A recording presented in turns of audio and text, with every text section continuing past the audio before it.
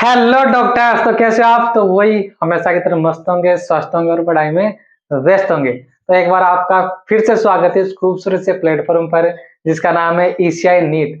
और मैं आपका अपना सीके बाबा। और हमने स्टार्ट क्या कर रखा है, ह्यूमन हेल्थ एंड डिजीज नाम का बड़ा ही खूबसूरत सा चैप्टर, जिसके 8 लेक्चर चैनल पर अपलोड कर दिए गए हैं। तो पूरी प्लेलिस्ट बनी हुई है, तो आप जाकर के एक बार चेक कीजिए और सभी लेक्चर को सीक्वेंस में फॉलो करते हुए सभी के नोट्स आप प्रॉपर तैयार कीजिए। तो आज का हमारा जो टॉपिक है वो देखने वाले हम स्ट्रक्चर ऑफ एंटीबॉडी। पिछली क्लास तक हमने क्या देखा, जो एक्वायर्ड इम्यूनिटी है उसके दो टाइप देखे, एक्टिव और पैसिव। फिर एक्टिव और पैसिव के भी फर्दर दो दो टाइप थे, एक तो नेचुरल और एक आर्टिफिशियल। तो वो हमने कंप्लीट कर लिया। आज के लेक्चर में हम समझने वाले हैं स्ट्रक्चर ऑफ एंटीबॉडी। और यहां से हर बार मतलब मैक्सिमम क्वेश्चन इस टॉपिक से आते हैं। और ये जो डायग्राम मेरे पीछे देख रहे हो आप, ये एग्जैक्ट एनसीईआरटी के जैसे मैंने बनाने की कोशिश की है। तो जो एंटीबॉडी है उसका दूसरा नाम होता है इम्यूनोग्लोबुलिन। क्या नाम होता है? इम्यूनोग्लोबुलिन। इम्यूनोग्लोबुलिन, या इसको ऐसे शॉर्ट में क्या बोल देते हैं, एबी भी ऐसे बोल देते हैं, एबी ऐसे लिख देते हैं एबी। तो कहीं पर एबी लिखा हुआ है तो उसका मतलब एबी बॉडी, एबी डिविलियर्स वाला नहीं। एबी का मतलब एंटीबॉडी, जिसका दूसरा नाम इम्यूनोग्लोबुलिन। इम्यूनोग्लोबुलिन क्यों? क्योंकि ग्लोबुलिन प्रोटीन से बनी होती है। सर्कुलेटरी सिस्टम में पढ़ा होगा आपने किसी जमाने में कि जो सीरम होता है या जो प्लाज्मा होता है उसमें एक प्रोटीन पाई जाती है जिसका नाम होता है ग्लोबुलिन। तो वो ग्लोबुलिन प्रोटीन क्या करती है, एंटीबॉडी का फॉर्मेशन करती है। और चूंकि ये इम्यून सिस्टम का पार्ट है तो इसके आगे क्या लगा दिया, इम्यूनो। तो इम्यून सिस्टम का पार्ट है तो क्या लगा, इम्यूनो। और ग्लोबुलिन प्रोटीन से बनी होती तो जुड़ करके क्या नाम बना, इम्यूनोग्लोबुलिन। ठीक है। अब ये जो एंटीबॉडी है वो क्या होती है, कॉम्प्लेक्स ग्लाइकोप्रोटीन। कॉम्प्लेक्स ग्लाइकोप्रोटीन, पहले तो ये समझो कि ये ग्लाइकोप्रोटीन क्या होता है। सेल बायोलॉजी में भी जो सेल मेम्ब्रेन है वहां पर भी आपने सुना होगा कि ग्लाइकोप्रोटीन प्रेजेंट होते हैं सेल मेम्ब्रेन पर। तो ग्लाइकोप्रोटीन का मीन क्या है कि carbohydrates plus protein. Carbohydrates plus protein दोनों को मिलाकर के क्या बोलेंगे हम, ग्लाइको प्रोटीन। ग्लाइको टर्म किसके लिए यूज किया जाता है, कार्बोहाइड्रेट्स के लिए। ठीक है। तो ये जो एंटीबॉडी होगी इसमें कार्बोहाइड्रेट भी प्रेजेंट होते हैं और प्रोटीन भी प्रेजेंट होते हैं। और एक से ज्यादा क्या होती है इसमें, पॉलीपेप्टाइड चेन प्रेजेंट होती है। और जिस प्रोटीन में एक से ज्यादा पॉलीपेप्टाइड चेन प्रेजेंट हो वो कैसी प्रोटीन होती है, कॉम्प्लेक्स प्रोटीन होती है। ठीक है। तो ये क्या है, कॉम्प्लेक्स ग्लाइकोप्रोटीन। ग्लाइकोप्रोटीन क्यों बोला, नीचे लिख दिया मैंने, कार्बोहाइड्रेट प्लस प्रोटीन होती है इसमें। और जो एंटीबॉडी होती है उसका जो एक मोनोमर होता है, एंटीबॉडी होती है उसका जो एक मोनोमर होता है। ये जो डायग्राम और जो एनसीईआरटी में डायग्राम लिखा हुआ है ना, वो एंटीबॉडी का एक मोनोमर का डायग्राम है। वो सभी एंटीबॉडी की स्ट्रक्चर ऐसी नहीं होती, सभी एंटीबॉडी की स्ट्रक्चर ऐसी नहीं होती। वो भी हम देखेंगे, आईजीए, आईजीडी, आईजीई, अलग अलग टाइप की एंटीबॉडी होती है। उनकी भी फिर फर्दर शेप क्या होती है, अलग अलग। बट वो सभी की सभी मिलकर के इस मोनोमर से मिलकर के बनी होती। तो ये क्या है, एक एंटीबॉडी का मोनोमर है। ठीक है। जिसकी शेप आपको कैसे दिखाई दे रही है, जो अल्फाबेट जो एबीसीडी होती है, एबीसीडी में जो वाई होता है, एबीसीडी में जो वाई होता है ना, तो वाई की जैसी ये क्या होती है, इसकी शेप होती, वाई आकृति की होती है। फोर नहीं है, ये वाई है। और ये जो एंटीबॉडी की स्ट्रक्चर आपको दिख रही है इसमें आपको 4 चेन नजर आ रही होगी। एक तो ये, दूसरी वाली ये, 2, 3 और 4। तो टोटल पॉलीपेप्टाइड चेन कितनी नजर आ रही है, पॉलीपेप्टाइड चेन कितनी नजर आ रही है, 4 पॉलीपेप्टाइड चेन नजर आ रही है आपको। तो एंटीबॉडी में कितनी पॉलीपेप्टाइड चेन प्रेजेंट होगी, 4 पॉलीपेप्टाइड चेन प्रेजेंट होगी। अब अगर आप डायग्राम को एक बार ध्यान से देखोगे तब आपको पता लगेगा कि 1 और 2, ये 2 पॉलीपेप्टाइड जो चेन है, 2 पॉलीपेप्टाइड जो चेन है वो तो आपको बड़ी नजर आ रही है।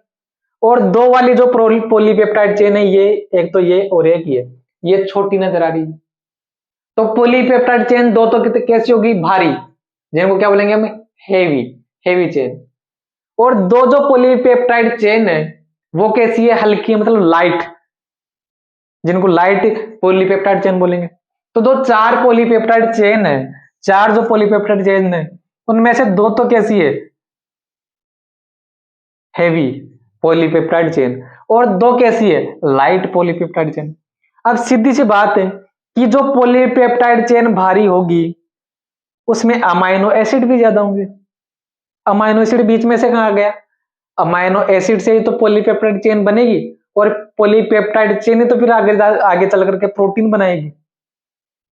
तो जो भारी चेन होगी, जो हैवी चेन होगी, इसमें अमाइनो एसिड का नंबर 440 440, ठीक है। और जो लाइट चेन उसमें अमाइनो एसिड का जो नंबर है वो कितना होगा, 220 220। मतलब हेवी में क्या होगा, डबल होगा अमाइनो एसिड का जो नंबर है वो। और इसको ऐसे फिर दर्शाने के लिए, शो करने के लिए H2L2 भी लिख देते हैं एंटीबॉडी का। H2L2 का मेन क्या कि H का मतलब क्या, हेवी, और L का मतलब क्या, लाइट। तो दो तो क्या होती है, हेवी चेन होती है, और दो लाइट चेन होती है, तो इसको शॉर्ट में क्या लिख देते हैं हम, H2L2। क्लियर। तो ये तो हुआ इसकी एंटीबॉडी की मतलब कुछ इंफॉर्मेशन। अब डायग्राम पर चलते हैं, जो एग्जैक्ट एनसीईआरटी में जो डायग्राम है वही बनाने की कोशिश करेंगे। उससे पहले मैं आपको बता दूं कि जब प्रोटीन बनेगी, जो पॉलीपेप्टाइड चेन बनेगी, तो वो किससे मिलकर के बनती है, वो अमाइनो एसिड से। और अमाइनो एसिड की जो चार वैलेंसी होगी, अमाइनो एसिड में जो कार्बन होगा उसकी चार वैलेंसी होगी। एक कार्बन पर क्या जुड़ा होता है, एक में NH2, एक में क्या होता है COOH, और एक में H। एक तरफ अमाइनो ग्रुप, दूसरी तरफ कार्बोक्सिलिक एसिड ग्रुप, और एक क्या होता है एल्काइल ग्रुप, और एक क्या होता है हाइड्रोजन। हाँ, तो जब प्रोटीन बनेगी, जब पॉलीपेप्टाइड चेन बनेगी, तब ये अमाइनो एसिड एक के बाद एक जुड़ करके पॉलीपेप्टाइड चेन का फॉर्मेशन करेंगे। तब एक तरफ तो क्या फ्री रह जाएगा, जो फर्स्ट अमीनो एसिड है उसके एक तरफ NH2 फ्री रहेगा, और जो आखिरी अमाइनो एसिड होगा उसके आखिरी में COOH फ्री रहेगा। तो पॉलीपेप्टाइड चेन के एक तरफ NH2, दूसरी तरफ COOH, मतलब कार्बोक्सिलिक ग्रुप फ्री रहेगा। तो वैसे ही यहां पर भी जो चारों पॉलीपेप्टाइड चेन है, देखिए यहां पर शुरुआत में क्या लगा हुआ है NH2, जब जहां पर खत्म हो रही है वहां पर COOH, इधर भी देख लो आप NH2, इधर कार्बोक्सिलिक ग्रुप। ये जो लाइट चेन है उसके एक तरफ NH2, दूसरी तरफ कार्बोक्सिलिक ग्रुप, एक तरफ NH2 दूसरी तरफ कार्बोक्सिलिक ग्रुप, ठीक है। तो जो NH2 वाला पार्ट है उसको बोला जाएगा N terminal, N terminal, N सिरा, मतलब ये जो सिरा है, ये जो टर्मिनल है उसको N टर्मिनल बोलेंगे, क्यों, क्योंकि उधर अमाइनो ग्रुप फ्री है। और जो ये लास्ट वाला पार्ट है उसको क्या बोलेंगे हम, C टर्मिनल, क्यों, क्योंकि उधर क्या फ्री है, COOH ग्रुप जो है वो फ्री है। आई बात समझ में, ठीक है जी साहब। तो इतना आपको समझ में आया। अब हम आगे चलते हैं, आगे चलते हैं।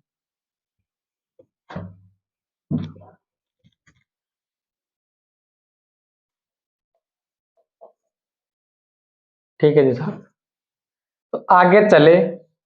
अब इसकी लेबलिंग करनी है डायग्राम की। तो पहले तो मैं बताऊं आपको कि जो दोनों हेवी चेन होती है उनके बीच में क्या प्रेजेंट होते हैं, डाई सल्फाइड बॉन्ड। क्या प्रेजेंट होते हैं, डाई सल्फाइड बॉन्ड। तो ये क्या है यहाँ पर, ये है डाई सल्फाइड, मतलब दो सल्फर के बीच में जो बॉन्ड प्रेजेंट होता है उसको डाई सल्फाइड बॉन्ड। कितने होते हैं नंबर में, 16, 16, 16, ठीक है। अब ये जो पॉलीपेप्टाइड चेन है चारों, वहां पर मैंने एक पार्ट ब्लू कलर से बना रखा है और एक पार्ट रेड कलर से बना रखा है।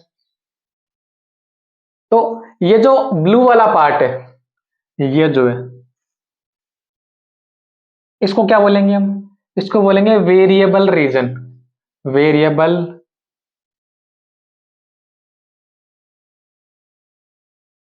दिख रहा है ना, वेरिएबल दिख रहा है, वेरिएबल रीजन।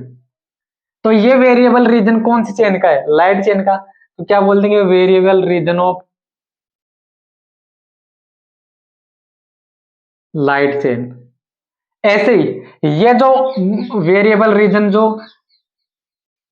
हेवी चेन पर है उसको क्या बोल देंगे हम, वेरिएबल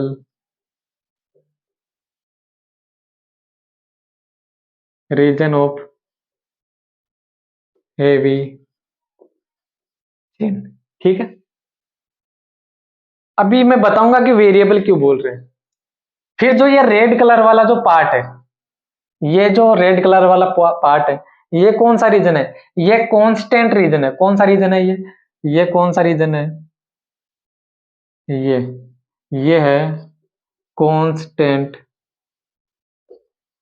रीजन। और कौन सा कांस्टेंट रीजन, हेवी चेन का तो क्या बोलते हैं, constant region of heavy chain. ऐसे ही जो लाइट चेन पर जो रेड वाला पार्ट है उसको क्या बोल देंगे हम, constant region of light chain. तो यहां पर लिख दूं मैं constant region of light chain. ठीक है, मतलब जो पॉलीपेप्टाइड चेन है, एंटीबॉडी में जो पॉलीपेप्टाइड चेन है उसमें एक पार्ट तो कौन सा होता है, वेरिएबल रीजन, एक पार्ट कौन सा होता है, कांस्टेंट रीजन। वेरिएबल जिसकी शेप चेंज होती रहेगी, कांस्टेंट जिसकी शेप चेंज नहीं होगी। वो भी समझा कि हम कि कैसे शेप चेंज होगी, कैसे शेप चेंज नहीं होगी। ठीक है जी साहब, इतना समझ गए। अब ये वाला जो पोर्शन है, ये वाला जो पोर्शन है इसको मैंने इधर बनाने की कोशिश की। ये जो ब्लू कलर वाला जो पोर्शन है मैंने इसको इधर बनाने की कोशिश की है। तो जो एंटीबॉडी का जो वेरिएबल रीजन है उसको मैंने इधर बना रखा है। तो एंटीबॉडी किससे जुड़ेगी, एंटीजन से जुड़ेगी। किससे जुड़ेगी, एंटीजन से जुड़ेगी। तो एंटीजन कहां पर आकर के जुड़ेगा, तो वो आकर के जुड़ता है, वो वेरिएबल रीजन पर आकर के जुड़ता है। कहां पर आकर के जुड़ता है, वेरिएबल रीजन पर। अब होगा क्या कि पहले शुरुआत में जब एंटीजन नहीं जुड़ा हुआ है, जब एंटीबॉडी फ्री है, तब ये जो आपको ऐसे मैंने बीच बीच में काट करके लिखी हुई है, इसकी शेप चेंज करके लिखी हुई, ये कैसे होगी, शुरू में फ्लैट होगी, एकदम कैसे होगी, फ्लैट होगी। जैसे ऐसे मान लो आप कि ये क्या है, फ्लैट, एकदम फ्लैट, एकदम क्या है, फ्लैट है। इधर भी क्या रहेगी, फ्लैट रहेगी। अब जब एंटीजन आकर के जुड़ेगा या जुड़ने के लिए जब आएगा, तो जैसी एंटीजन की क्या होगी, शेप होगी, जैसी एंटीजन की शेप होगी उस एंटीजन की शेप के अकॉर्डिंग इस रीजन में क्या हो जाएगा, चेंज हो जाएगा। जैसे मान लो कि यहां पर एंटीजन ने जुड़ने की कोशिश की, एंटीजन ने जुड़ने की कोशिश की, अब एंटीजन की ऐसी शेप है तो उस शेप के अकॉर्डिंग यहां पर क्या बन जाएंगे, ग्रुप्स बन जाएंगे। क्या ग्रुप्स बन गए कि नहीं, खांचे बन गए कि नहीं। तो एंटीबॉडी का ये वाला रीजन वेरी कर रहा है कि नहीं, चेंज हो रहा है कि नहीं, तो उसको क्या बोल रहे हैं, वेरिएबल रीजन। तो ऐसे आकर के एंटीजन क्या होगा, अटैच होगा।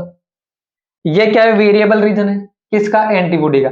और ये क्या है, एंटीजन आकर के जुड़ रहा है, तो एंटीजन आकर के किस में फिट हो जाएगा, एंटीबॉडी के वेरिएबल रीजन में फिट हो जाएगा। मतलब एंटीजन की जैसी शेप होगी वैसी शेप किसकी बन जाएगी, वेरिएबल रीजन की बन जाएगी। ठीक है, अब सुनना आप ध्यान से। तो अब जो मैं दो टर्म बताने जा रहा हूं वो बहुत ही इंपॉर्टेंट है और जनरली उनको स्टूडेंट उनमें स्टूडेंट को क्या रहती है, कंफ्यूजन रहती है।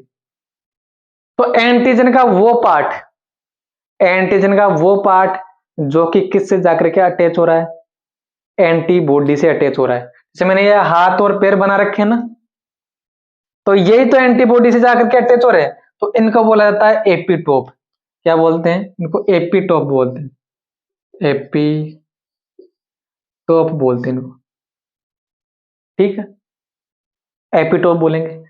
और जिस पार्ट पर एंटीबॉडी के जिस पार्ट पर, एंटीबॉडी के जिस पार्ट पर आकर के एंटीजन अटैच हो रहा है उसको क्या बोलेंगे। देखो एंटीजन जिस साइड से अटैच होगा एंटीबॉडी के साथ उसको तो क्या बोलेंगे हम, एपिटोप।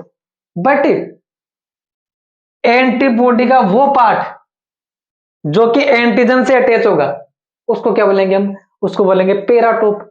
तो ये वाला जो पार्ट, ये जहां पर ग्रुप्स बने हुए हैं, इनको क्या बोलेंगे हम? इनको बोलेंगे पेराटोप। पेराटोप भी बोलेंगे इनको। या यही तो वो पार्ट है जहां पर आकर के एंटीजन अटैच होगा, तो इसको एंटीजन बाइंडिंग साइट भी बोलेंगे। नहीं दिख रहा? इन्हीं को क्या बोलेंगे हम?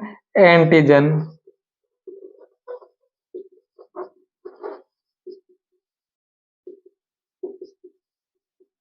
Binding site, antigen binding site, या इसको हम एफ ए बी बी बोलते हैं। क्या बोलते हैं हम? F A B. F A B मतलब, एफ ए बी मतलब यहां पर लिख देता हूं एंटीजन